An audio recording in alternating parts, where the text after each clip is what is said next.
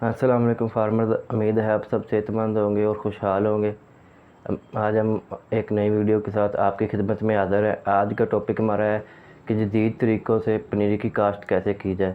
मोटी किस्म के लिए 80 मन पर एकड़ से ज़्यादा और बासमती किस्म के लिए 60 मन पर एकड़ से ज़्यादा का टारगेट रखते हुए कि हम कैसे पनीरी काश्त करें कि हमारी इतनी एवरेज आ सके। तो सबसे पहले आपकी मैनेजमेंट कितनी भी अच्छी हो, जितनी मर्ज़ी खाद डाल लें, जितनी मर्ज़ी आपाशी कर लें, लेकिन जो बेसिक चीज़ है वो है बीज। अगर आपका बीज अच्छा नहीं है तो सब कुछ नकारा हो जाएगा। तो उसके लिए कोशिश करें कि हमेशा अपना बीज पंजाब सीड कॉरपोरेशन से हासिल करें। अगर नहीं कर सके तो किसी अच्छी कंपनी से हासिल करें। ऐसी कंपनियों से हासिल ना करें जो हर शहर में लोकल कंपनियां बनी होती हैं। जिसकी राइस मिल है उसने साथ एक राइस के सीड की कंपनी भी बनाई होती है। ऐसी कंपनी से हरगिज़ ना सीड खरीदें, सर्टिफाइड सीड खरीदें। और अगर आपके घर का बीज है तो उसको भी आप इस्तेमाल कर सकते हैं। तो सबसे पहले हम बात करेंगे कि बीज की तैयारी, बीज को कैसे तैयार किया जाए। अगर अमूमी तौर पे हमारे यहाँ बीज को सीड ट्रीटमेंट नहीं की जाती, जिसकी वजह से बहुत सारी बीमारियों का अटैक होता है। अगर आप किसी अच्छी फंजीसाइड से, अगर मैं कहूँ तो ज़ाक्सिस्ट्रोबिन प्लस डाइफेनाकोनाज़ोल, ये एक अच्छा जो फंजीसाइड का कॉम्बिनेशन है, इसको आप इस्तेमाल करें और अपने बीज को इसके साथ लाजमी ट्रीट करें। उसका फ़ायदा है कि बहुत सारी जो फंगल डिजीज़ हैं जैसे कि बकाइनी और भूरे धब्बे वगैरह, इनसे निजात मिल जाती है। तो अब हम बात करेंगे कि बीज को ट्रीट कैसे करें। उसके दो तरीके हैं। एक, अगर आपने बीज को अंगूरी मरवाना है, अगर आपने कद्दू के तरीके पनीरी काश्त करनी है, उसके लिए आपको बीज को अंगूरी मरवानी होती है। उसके लिए अगर आपने सीड ट्रीट करना है तो उसको आपको चाहिए कि पानी लें, उसके अंदर आपके रिकमेंडेड जो डोजेज़ हैं फंजीसाइड की जो मैंने बताई उसकी, या कोई और सीड ट्रीटमेंट किसी अच्छी कंपनी का लें, पानी के अंदर वो डालें और उसके अंदर बीज डाल के रख दें। कुछ घंटों बाद बीज को निकालें, उसको छोटी छोटी ढेरियों में रखें, उसके ऊपर जो पाटसिन की बोरियां होती हैं वो गीला करके डाल दें और इस दफ़ा 2-3 दफ़ा दिन में बीज को हिलाएं, उसके ऊपर पानी का छिड़काव करते रहें और 36 से 48 घंटों के बाद आपका बीज अंगूरी मार जाएगा। और इस तरीके से आप कद्दू के ज़रिए काश्त कर सकते हैं। और अगर आपने खुश्क तरीके से काश्त करनी है या लाभ के तरीके से पनीरी काश्त करने का इरादा रखते हैं तो उसके लिए आपको बीज को खुश्क ट्रीटमेंट करनी होती है। वो आपको बीज को लगाने से 48 घंटे पहले करनी होती है। ये होगी बीज की ट्रीटमेंट।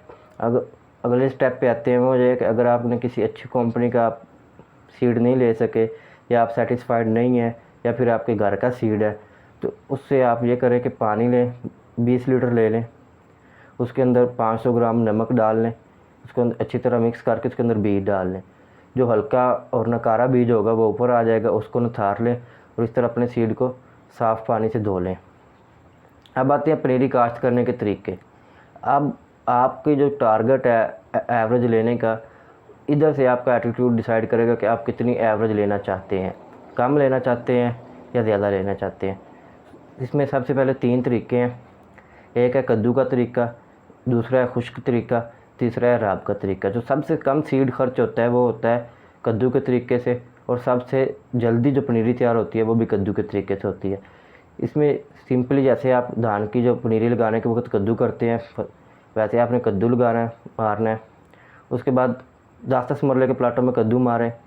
बासमती किस्म का आप 500 ग्राम सीड दें, उसको फिर मरला छट्टा करें 500 ग्राम को। और अगर मोटे किस्म है तो फिर आप 1 किलो बीज फी मरला के हिसाब से छट्टा दें। और आपने ये बात लाजमी ध्यान में रखनी है कि जब आपने कद्दू के तरीके से पनीरी काश्त करनी है तो 1.5 इंच से पानी ज़्यादा ना हो। उसकी रीज़न ये है कि पनीरी की एज अभी उगाव हुआ नहीं होता और ज़्यादा पानी होगा तो पनीरी की उगाव मुश्किल हो जाएगा। और आपको डेली पानी भी चेंज करना होगा क्योंकि गर्मियाँ पड़ रही हैं। इससे बीज अगर पानी डेली चेंज ना करेंगे तो बीज गल भी सकता है। उसके बाद दूसरा तरीका आ जाता है वो है खुश्क तरीका।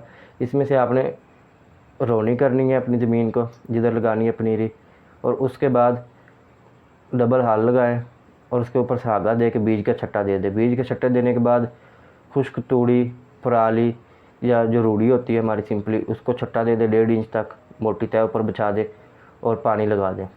पानी लगाने के बाद इस तरीके से आपकी जो पनीरी है वो 35 से 40 दिन के दरमियान तैयार हो जाएगी। अब आ जाते हैं तीसरा तरीका जिसको कहते हैं लाभ का तरीका। सॉरी, अभी जिसमें मैं सीड बताना भूल गया।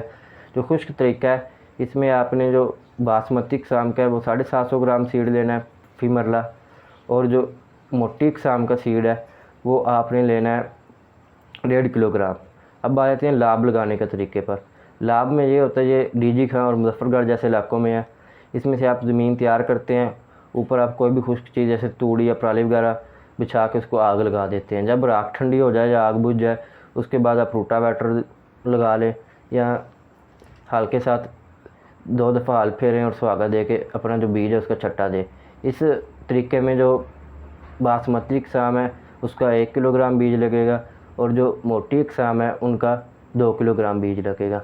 अब हम आ जाते हैं पर एकड़ किस किस्म का कितना बीज लगेगा। अगर आपने कद्दू के तरीके से काश्त करनी है मोटी किस्म तो उसका बीज लगेगा आपका 6 से 7 kg। अगर आपने खुश्क तरीके से करनी है 8 से 10, और अगर आपने राब के तरीके से लगानी है तो वो 12 से 15 किलोग्राम पर एकड़।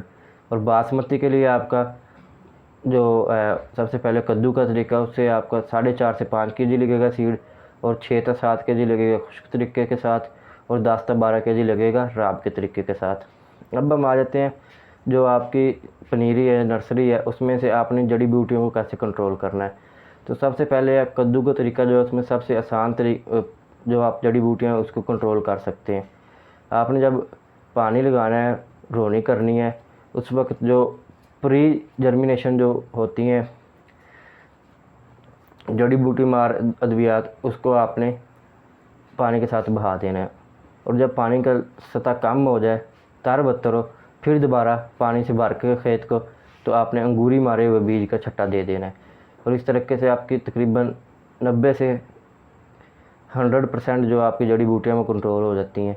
बाकी अगर ना भी हो या दूसरे तरीके जो खुश्क तरीका और लाभ का तरीका उसमें से हो तो आप पनीरी उगने के बाद जो बाद में आप करते हैं पोस्ट जर्मिनेशन वीडिसाइड उसका स्प्रे कर सकते हैं। और इसमें ये बात ध्यान में लाजमी रखनी है, अगर आपने प्री जर्मिनेशन यानी जड़ी बूटियों को उगने से पहले जो स्प्रे करनी है अगर वो आपने फ्लड करी है तो आपके खेत में 36 घंटे तक मिनिमम पानी खड़ा रहना चाहिए। ठीक हो गया। अगर खुश्क तरीका है तो उसमें से आपका पानी बिल्कुल नहीं होना चाहिए। अब आ जाते हैं जो पनीरी कीड़े मकोड़े यानी टोके का हमला मोस्टली होता है पनीरी के ऊपर, उसके पे आप इंसेक्टिसाइड भी कर सकते हैं। इंसेक्टिसाइड के बाद भी कंट्रोल ना हो तो ये बड़ी तकलीफ़ दे बात है। उसके लिए आपको फिर करना होगा जो आपके बट्टे वगैरह हैं और खालों वगैरह पे जो आपका है जड़ी बूटियाँ वगैरह उसको सबको ख़त्म करना होगा, क्योंकि उधर से जो अंडे होते हैं ग्रास ऊपर के यानी टोके के उधर से बच्चे निकलते हैं और पनीरी पे अटैक कर देते हैं। उम्मीद है आपको ये आज की वीडियो पसंद आई होगी। अगर वीडियो पसंद आई है तो अपने दोस्त अहबाब के साथ जो पनीरी लगाना चाहते हैं उनके साथ शेयर करें, वीडियो को लाजमी से लाइक करें और चैनल को सब्सक्राइब करना मत भूलिएगा। अल्लाह हाफिज़।